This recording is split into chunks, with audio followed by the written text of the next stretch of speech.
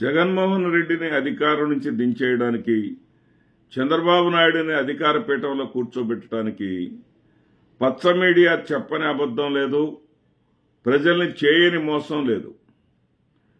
14,50,000 కోట్ల రూపాయల అప్పుందని ప్రచారం చేసింది. వాస్తవంలో 6 లక్షల కోట్లు మాత్రమే అప్పని శాసనసభలోనే కూటమి ప్రభుత్వం అంగీకరించింది. ఇక ఎన్నికలకు ఒక నెలన్నర ముందు విశాఖపట్నంలో 25,000 టన్నుల డ్రగ్స్ దొరికాయని, ఆ డ్రగ్స్ తోటి ఆంధ్రప్రదేశ్ రాష్ట్రం సర్వనాశనం అయిపోతుందని, అల్లకల్లోలం అయిపోతుందని, ఆంధ్రప్రదేశ్ రాష్ట్రాన్ని సర్వనాశనం చేశారని చెప్పారు. తీరా సిబిఐ దర్యాప్తులో అది డ్రై ఈస్ట్ మాత్రమే, దాంట్లో ఎలాంటి డ్రగ్స్ లేవు అని చెప్పారు. కానీ వాళ్ల ప్రయోజనం మాత్రం నెరవేరిపోయింది. అదేవిధంగా వాళ్ళు రాసేటటువంటి విషయాలు కూటమికి అనుకూలమైనటువంటి విషయాలు అయితే మాత్రం వాస్తవం అవుతాయి. మనం 3 రోజుల క్రితం ఒక వీడియోలో చెప్పుకున్నాం.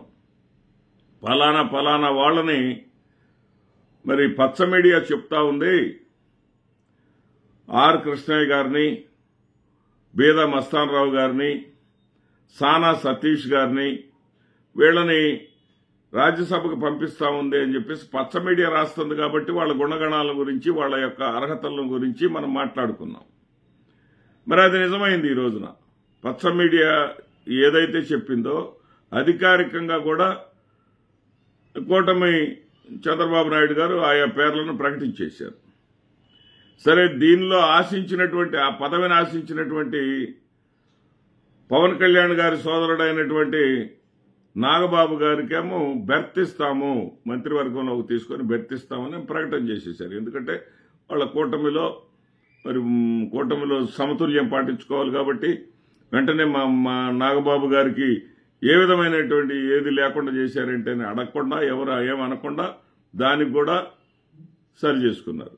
అయితే ఇక్కడ నేను అడిగేటటువంటి ప్రశ్న ఏంటంటే, తాజాగా జగన్మోహన్ రెడ్డి గారు 17,200 కోట్ల రూపాయల లంచం తీసుకొని సెకీ ఒప్పందాన్ని, సెకీకి సౌర విద్యుత్తును సరఫరా చేసేటటువంటి ఒప్పందాన్ని అదానీతో చేసుకున్నారు. దీనివల్ల 1,00,000 కోట్ల రూపాయలు ఆంధ్రప్రదేశ్ రాష్ట్రంపై 25 సంవత్సరాలలో 1,00,000 కోట్ల రూపాయల భారం మోపాడు.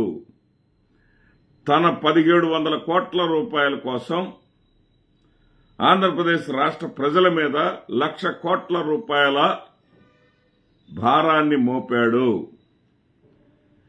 తక్షణమే జైలుకి వెళ్లిపోవాలి, తక్షణమే జగన్మోహన్ రెడ్డి గారిని అరెస్ట్ చేయాలి, తక్షణమే జగన్మోహన్ రెడ్డిని బెయిల్ రద్దు చేయాలి. ఇంకా దుర్మార్గమైనటువంటి పనులు ఎన్నో చేశాడు. అదానీకి డబ్బులు ఇచ్చాడు. అదానీ జగన్మోహన్ రెడ్డి గారు 3 సార్లు కలిశారు. ఇవిగో ఫోటోలు. వీళ్ళు కలిసిన తర్వాతనే ఈ ఒప్పందం జరిగింది. 1,700 కోట్ల రూపాయలు జగన్మోహన్ రెడ్డి గారికి ముట్టిన తర్వాతనే ₹99 వచ్చేటటువంటి విద్యుత్తుని ₹2.49 కొన్నాడు. దీనివల్ల ఆంధ్రప్రదేశ్ రాష్ట్రంలో ప్రజల మీద 1,00,000 కోట్ల రూపాయల భారం పడింది. దీని మీద మాత్రం జగన్మోహన్ రెడ్డి గారిని మీద చర్య తీసుకోవాల్సిందే, జగన్మోహన్ రెడ్డి గారిని జైలుకు పంపాల్సిందే. అంతర్జాతీయ స్థాయిలో ఆంధ్రప్రదేశ్ రాష్ట్రం పరువును మంట కలిపేశాడు అని చెప్పేసి వార్తలు రాశారు, వడ్డించారు. వార్తలు బ్రహ్మాండంగా చెప్పారు. అసెంబ్లీలో కూడా స్వయంగా చంద్రబాబు నాయుడు గారు దీని మీద లోతుగా పరిశీలించాల్సి ఉంది. లోతుగా పరిశీలించి చర్యలు తీసుకోవాలన్నారు. ఆదినారాయణ రెడ్డి అయితే ఒక అడుగు ముందుకేసి జగన్మోహన్ రెడ్డి సంపాదన ఒకప్పుడు ఎప్పుడో 1,00,000 కోట్లు, ఇప్పుడైతే 1,00,000 కోట్లకు చేరి ఉంటుంది అని చెప్పేసి చెప్పాడు. ఇక వాళ్ళ చెల్లి ఉంది తగుదనమ్మా అంటూ వస్తుంది.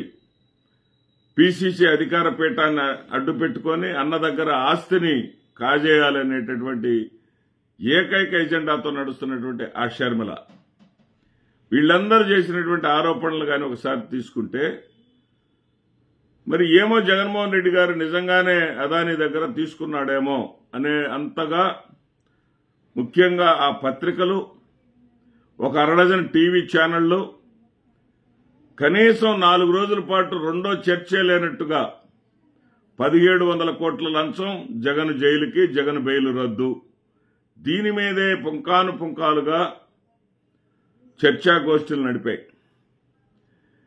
ఈ రోజున అదే పచ్చ మీడియా అదానీ ఒప్పందం ప్రకారం ఆంధ్రప్రదేశ్ రాష్ట్రం విద్యుత్ కొనుగోలు చేయాల్సిందే అని రాస్తా ఉందండి.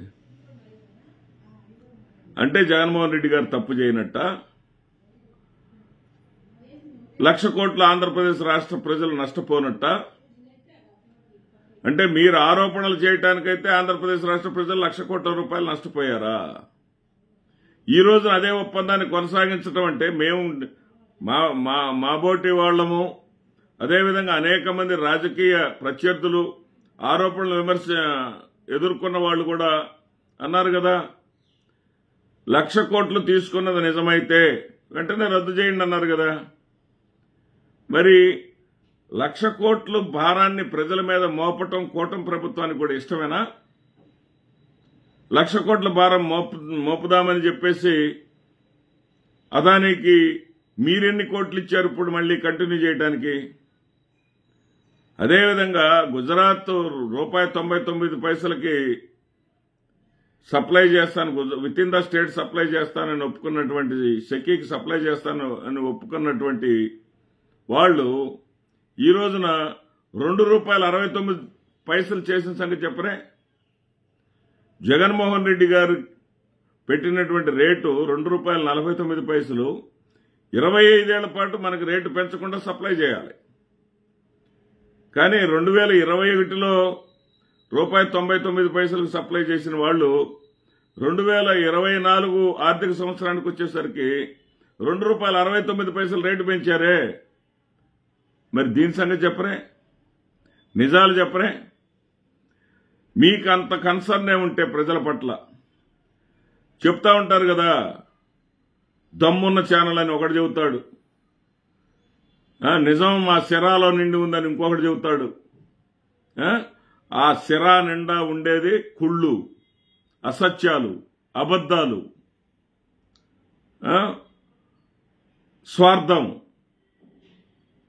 స్వార్థ ప్రయోజనాలు తప్ప ఏమన్నా ఉందా ఇంకులో? అవే మీరు చేసినటువంటి ఆరోపణలు నిజమైతే, ప్రజల పట్ల మీకు ఉన్న కన్సర్న్ నిజమైతే, మరి 1,00,000 కోట్ల రూపాయల ఒప్పందాన్ని అదానీతో చేసుకున్నటువంటి ఒప్పందాన్ని ఆ రోజునేమో అదానీతో జగన్మోహన్ రెడ్డి ఒప్పందం చేసుకున్నారని రాస్తుంది పచ్చ మీడియా. ఈ రోజునేమో సెకీ దగ్గర విద్యుత్ కొనుగోలు చేయక తప్పని పరిస్థితి ఆంధ్రప్రదేశ్ రాష్ట్రానిది అని చెప్పేసి రాస్తుంది. అప్పుడేమో అదానీ జగన్ మధ్య, ఇప్పుడేమో సెకీ కూటమి మధ్య. బా, ఏవి నాటకాలండి ఇవి! అంటే కన్వీనియంట్గా, వాళ్ళకు అనుకూలంగా ఎలా మార్చుకుంటారండి వీళ్ళు.